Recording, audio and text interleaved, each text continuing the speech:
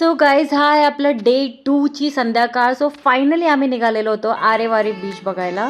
Aarewari beach रत्नागिरीमध्ये येऊन नाही बघणार तर मग काय बघणार, कारण की स्वप्नील जोशींची मी रील बघितली होती. त्यांनी सांगितलं होतं आरेवारी बीचला आले आणि रत्नागिरीला आले तर तुम्हाला ती कोस्टल लाईन दिसणार आहे की जो की खूप जास्त फेमस आहे, ज्याची रील्स खूप जास्त फेमस आहेत.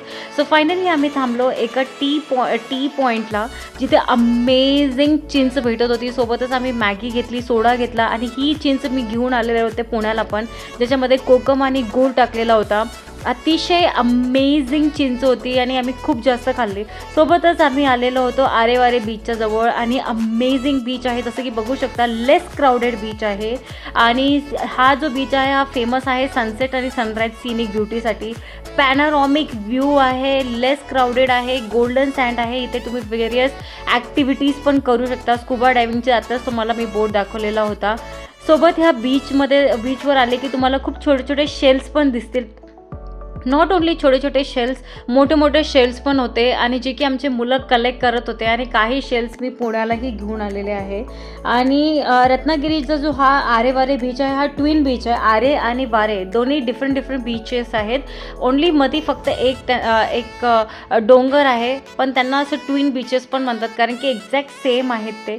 सोबतच आमची एंटायर फॅमिली आलेली होती आणि ह्या बीच लेस क्राऊडेड असल्यामुळे आमच्या मुलांनी पण खूप जास्त एन्जॉय केलं इथे. आणि बघू शकता मिहीर आणि विशाल खूप जास्त एन्जॉय करत होते. सोबत सकी, रेवा, आरव, सगळ्या मुलांनी खूप जास्त एन्जॉय केलं. आम्ही इथे येऊन खूप सगळे फोटोज काढले, खूप सगळे व्हिडिओज काढले, खूप सगळ्या मेमरीज बनवल्या. आम्ही आमचे फॅमिली फोटोज पण काढले आणि ह्याच्यासोबतच आम्ही खूप एन्जॉय केलं. आणि बीचवर एन्जॉय करता करता आम्ही खूप सगळे फोटोज काढले होते आणि व्हिडिओज पण काढले होते, जे की मी पुढे टाकतच आहे. सोबतच ह्याच्यानंतर संध्याकाळ झाली होती. मग आम्ही ठरवलं होतं की आम्ही रूममध्ये येऊनच डिनर करणार आहे. सो आम्ही हॉटेलमध्येच छानपैकी डिनर केलं, सगळे गप्पा मारल्या, खूप सगळे मुवमेंट्स कॅप्चर केले, एन्जॉय केलं. सो ह्याच्यासोबतच आपला व्लॉग इथे संपतो. भेटू आपल्या नेक्स्ट व्लॉगमध्ये. माझ्या चॅनलला लाईक आणि सबस्क्राईब करायला विसरू नका मित्रांनो. चला ह्याच्यासोबतच भेटू आपल्या नेक्स्ट ब्लॉगमध्ये. Bye bye. आणि रत्नागिरीचा सेकंड डे आपल्या इथे संपतो आणि उद्या आम्ही जाणार आहोत गणपतीपुळेला.